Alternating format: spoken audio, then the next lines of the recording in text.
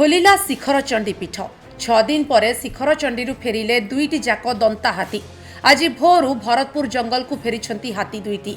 हाथी भयरे 2 दिन धरी बंद थिला शिखरचंडी। हाथी घोड़ाइबा पई वन विभाग पक्षरु स्पेशल नाइट ट्रैकिंग टीम हाथी को घोड़ाइथिले।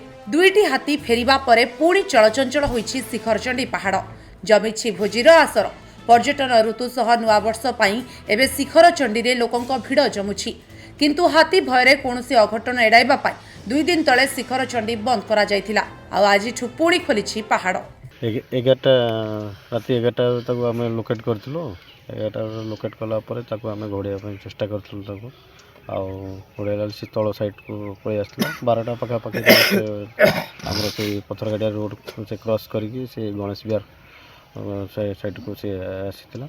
आ तखण त आमे दुईटा गाड़ी ताको एरे साइरन फेरन मजे की ताको आमे ता संगे संगे ताको फॉलो करथिलो। फॉलो कला परे तापरे पुणी से 4टा पखापाखि से पुणी रिपोर्ट माने चेष्टा करथिला। शिखरचंडी आड़ को मुँह करथिला।